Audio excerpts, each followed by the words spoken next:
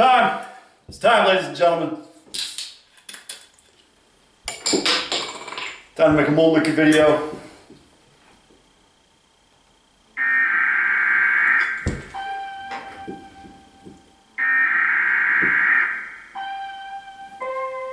The following message is transmitted at the request of Dr. Ron Paul. It's happening. I could have saved you. I tried to warn you. But you looked away. You asked for this. You've made your bed. Why didn't you listen? You cannot stop it, it hasn't even begun. It's too late. I told you so, why didn't you believe now? I could have saved you. I tried to warn you. You looked away.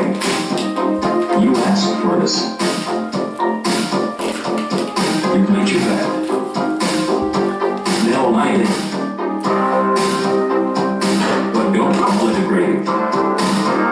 It's the future you chose. We're trapped in the belly of this horrible machine. And the machine is bleeding to death. It didn't have to end like this. It's happening. It didn't have to be like this. It's happening. It's happening, ladies and gentlemen. It is happening. You could have prevented this. It's happening. Shout out to Steel Worldwide, full staff, Huffy 72. J Vega 419 and 40 ounce beer. Shout out to Huffy 72. His Malt Liquor Tour 2019 came to an end. An outstanding Malt Liquor Tour for the year of 2019. We're looking forward to 2020. Huffy 72. Malt Liquor label out. Motherfuck all NeoCons.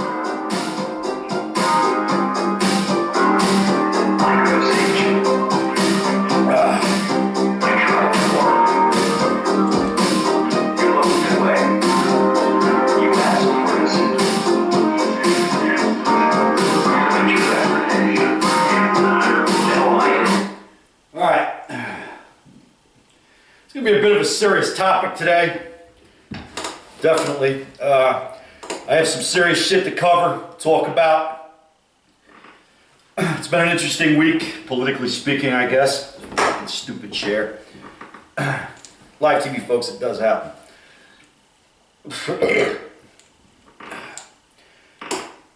So you had brought to the forefront in the lexicon this past week, was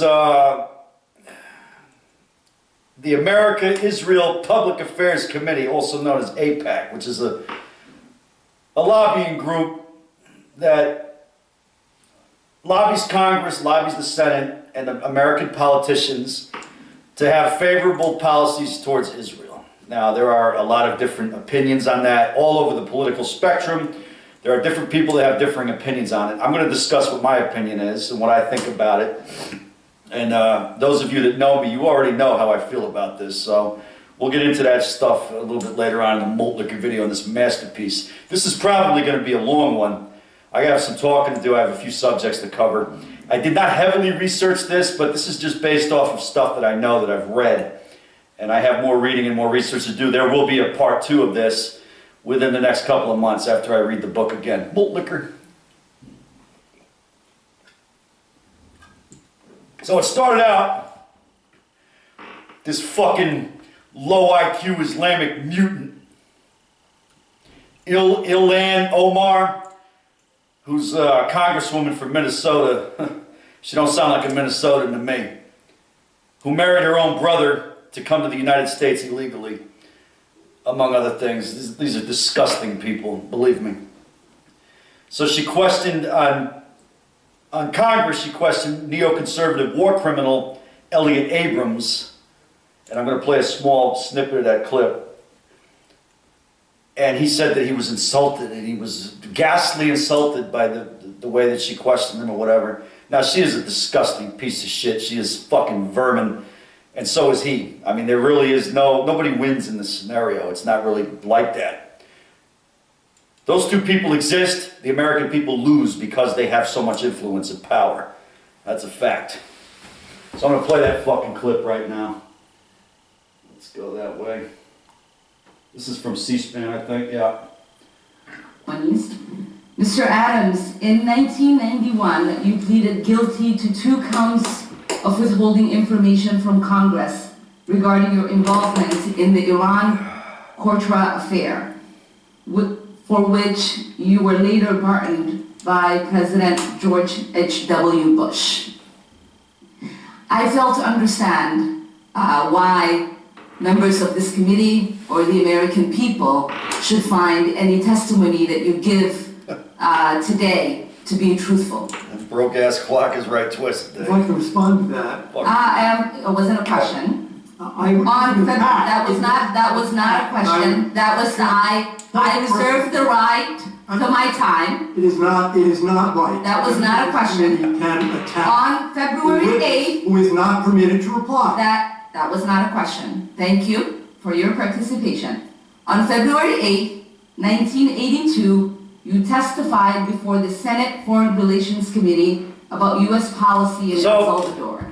In that hearing, you dismissed this dumb, ugly cunt that wears her fucking laundry on top of her head, goes on and on and on about El Salvador and the shit that neocon war criminal Elliot Abrams did when he was in the Reagan administration, how he lied about Iran-Contra, and he was pardoned by H.W. Bush, another disgusting fucking piece of shit. Motherfuck the Bush crime family. On and on and on and on. So of course the punditry class, the neocon punditry class, and a lot of the shit-lib ones, they're all up in arms about it. And it's like you're now forced, between those two punditry classes, you're now forced to defend either one of these two vermin. These are very disagreeable, disgusting people that are indefensible in their actions, believe me.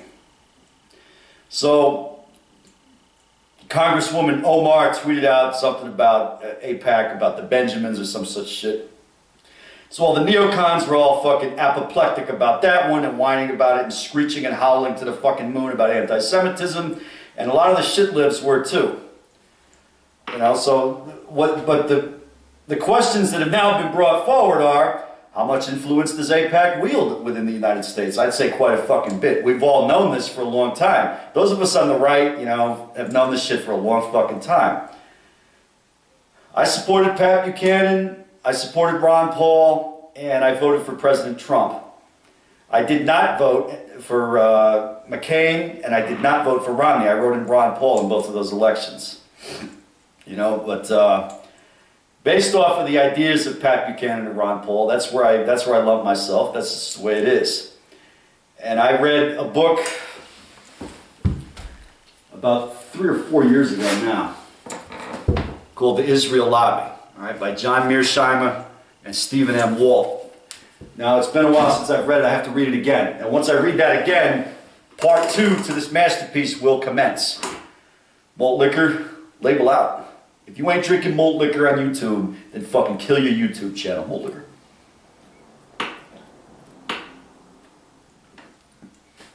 Alright.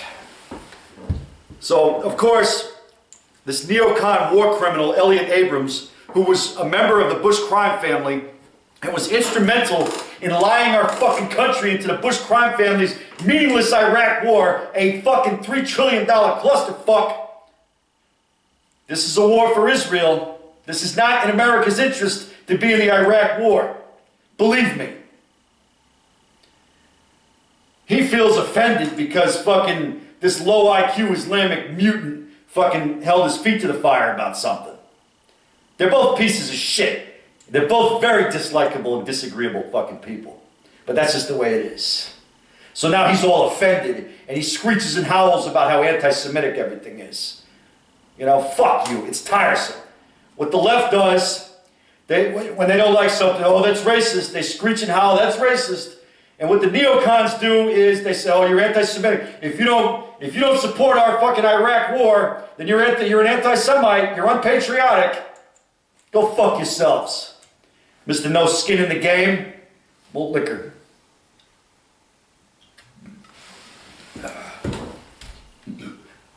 Fucking treasonous behavior. Alright, I gotta find, Live TV, folks, it does have a study that fucking label.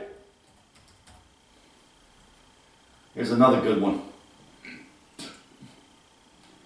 And this fucking...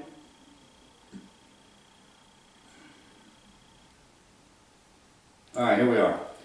Now this whole thing, why are these fucking shit libs putting this fucking piece of shit on a fucking pedestal? Listen to this and listen carefully.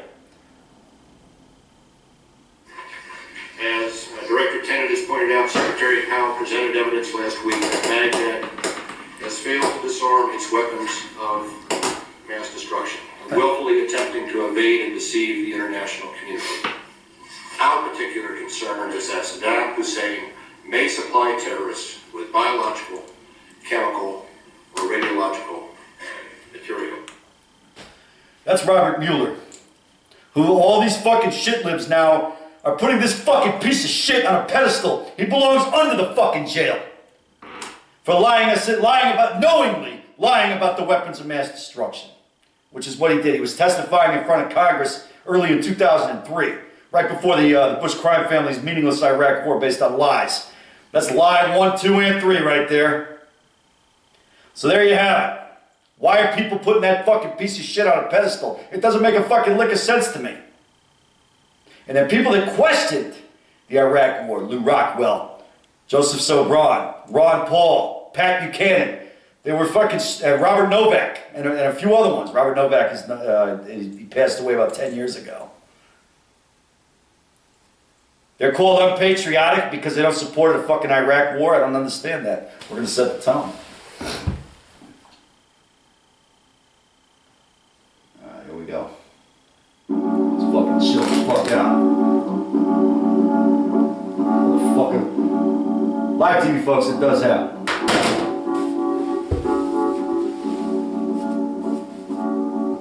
I'm going to play a clip of John Mearsheimer talking a little bit.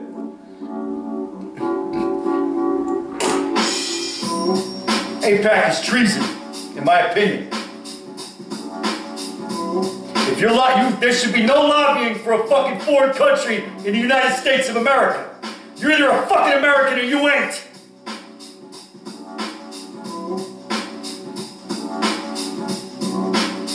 God damn it. I wore a uniform for 20 goddamn years. I'm a fucking American. I joined the army to defend the United States. Not to fucking fight wars for Israel. But we ended up doing it, that's what we got. President Trump is trying to get troops out of Afghanistan, out of Syria and all these fucking shitholes, the worthless fucking shitholes in the Middle East. And look what they're fucking doing. Shit libs are now saying that we need to have more neocon wars. It's fucking, everything's turned upside down. Nothing makes any sense anymore. Nothing.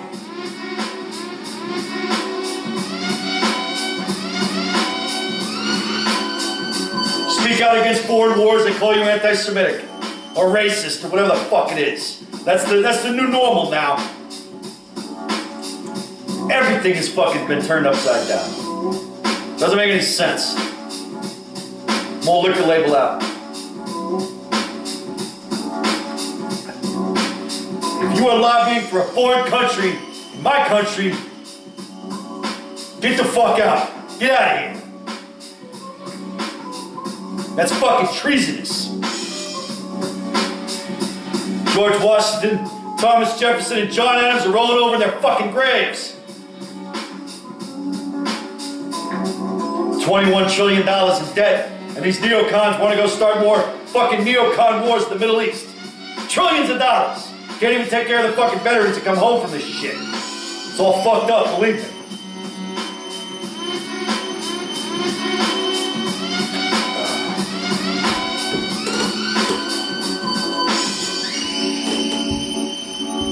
Malt liquor.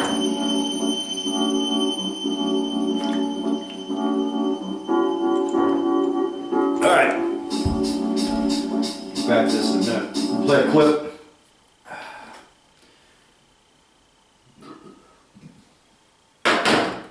TV, folks. It does out. That's a good one right here. There's no question that the neoconservatives, one of the core constituencies in the lobby, were the main driving force behind the war. But they were supported by key organizations in the lobby like AIPAC. Now that the war has gone south, it's common to hear Israel's supporters say that the main organizations in the lobby did not push for war. That's a lie. But that's not true. Motherfucking lie. This point is made clear in a May 2004 editorial that appeared in The Forward, which, as Steve pointed out, is a weekly Jewish newspaper. It's based in New York. I'm going to read this editorial from May 2004 that appeared in The Forward.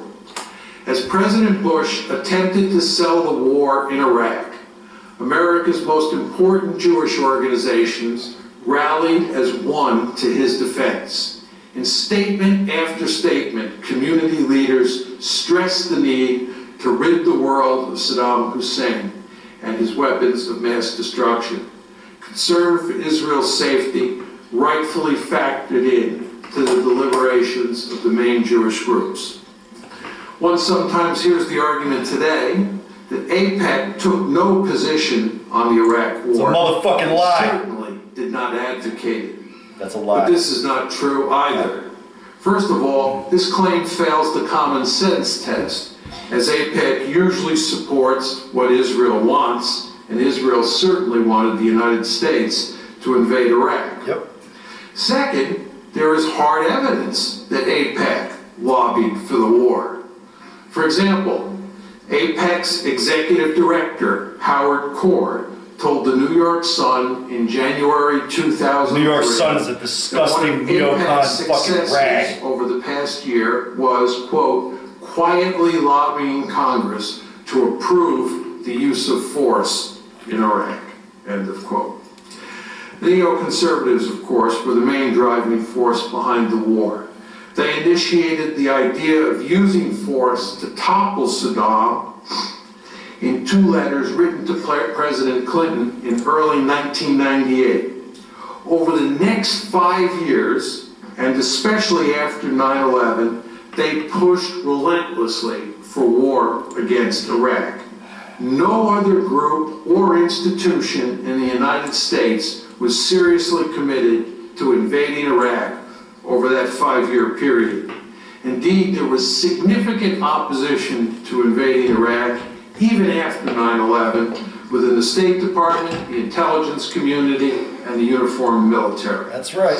The neoconservatives are, by their own admission, deeply committed to Israel. In fact, many of them are connected with key organizations in the lobby, like the American Enterprise Institute and the Washington Institute for Near East Policy. Our argument here, it should be emphasized, is not that the neoconservatives... It's enough of this shit. You get the fucking point. I'm going to talk about where I stand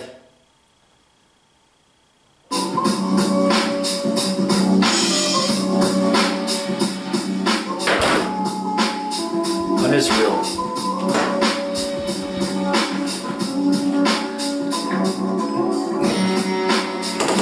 I'm an American. I put America first. That's what I fucking believe in. I always have. I don't have a problem with Israel. I don't give a shit what they do. But I don't want to fucking pay for it. And I don't think we should be fighting their goddamn wars for them. That's just the way I feel about it. I don't wish any harm on Israel, but I don't fucking care one way or another. It's not my problem. My problem is my life, my career, my fucking job, Stockton, California, and that's it. That's what and the United States of America. That's what I care about. I don't give 2 fucks about Israel or fucking any other goddamn foreign country. I care about Tijuana. Full liquor. Because I travel there, you know, often enough, but... So I don't wish them any harm, you know? I don't wish the Palestinians any harm either. But there's no innocent people of it. Nobody's innocent in that whole situation. I just don't think the United States should be so heavily involved in any of it. It's none of my business. It's not the business of the United States to get involved in the affairs of foreign countries. The founders and the framers of the Constitution warned people about this in addresses and in letters. But yet, we did not heed their warnings, we did not learn from history, we did not learn from the Roman Empire, and look where we're at right now. It's a problem. Definitely. So I don't know, but I do know one thing, I'm at the motherfucking swill. I'm approaching the motherfucking swill. Some people call it the swill, I call it the best fucking part of the whole goddamn thing. Approaching the motherfucking swill. Motherfuck AIPAC, it's treasonous. Oh, liquor.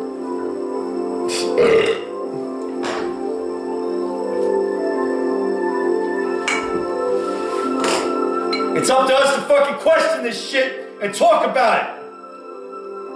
Because the goddamn media certainly won't. The media has their agenda. None of the so-called liberal media was against the Iraq war, not a single goddamn one of them. They all wanted the Iraq war because they figured they were playing the long game. They figured, well, this can hurt the Republican Party real bad, and of course it did. And then right after it starts to go sour, we'll shill for it, we'll make it, you know, this and that. We'll give neocons a platform to spew neocon lies and neocon propaganda in the run-up to the Iraq war. And then, you know, we'll come out against it maybe 6 months after the fact when it ain't going so good. And that's exactly what happened. Everybody with a fucking half a brain understood that it was going to be a disaster. It was going to be a fucking mess. And people that studied the Middle Eastern cultures, which I didn't have a clue about that shit before I went down there, before I went to Iraq, people that studied Middle Eastern cultures, they knew what a disaster it would be. And sure enough, there we go. So there you go. There you go. That's what you get. Old liquor. All right, Raekwon the Chef. Shout out to Mr. Rainer 009. Raekwon the Chef, take us the fuck out of here.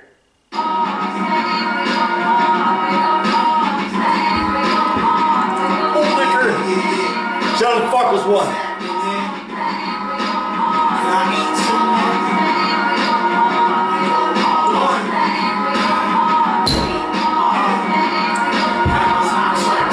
Take it with a grain of salt. Do what you gotta do. Do your own fucking research. You gotta understand what the fuck you're dealing with here. Nothing is as it seems. The media is fucking, they're professional fucking liars and scumbags. Are elected detritus, the Congress and the Senate, they're owned by a foreign fucking lobby. Let all that stuff sink in. Mr. Bear 40 ounce, rate, comment, subscribe. Whatever the fuck you gotta do. I'm the fuck out of here.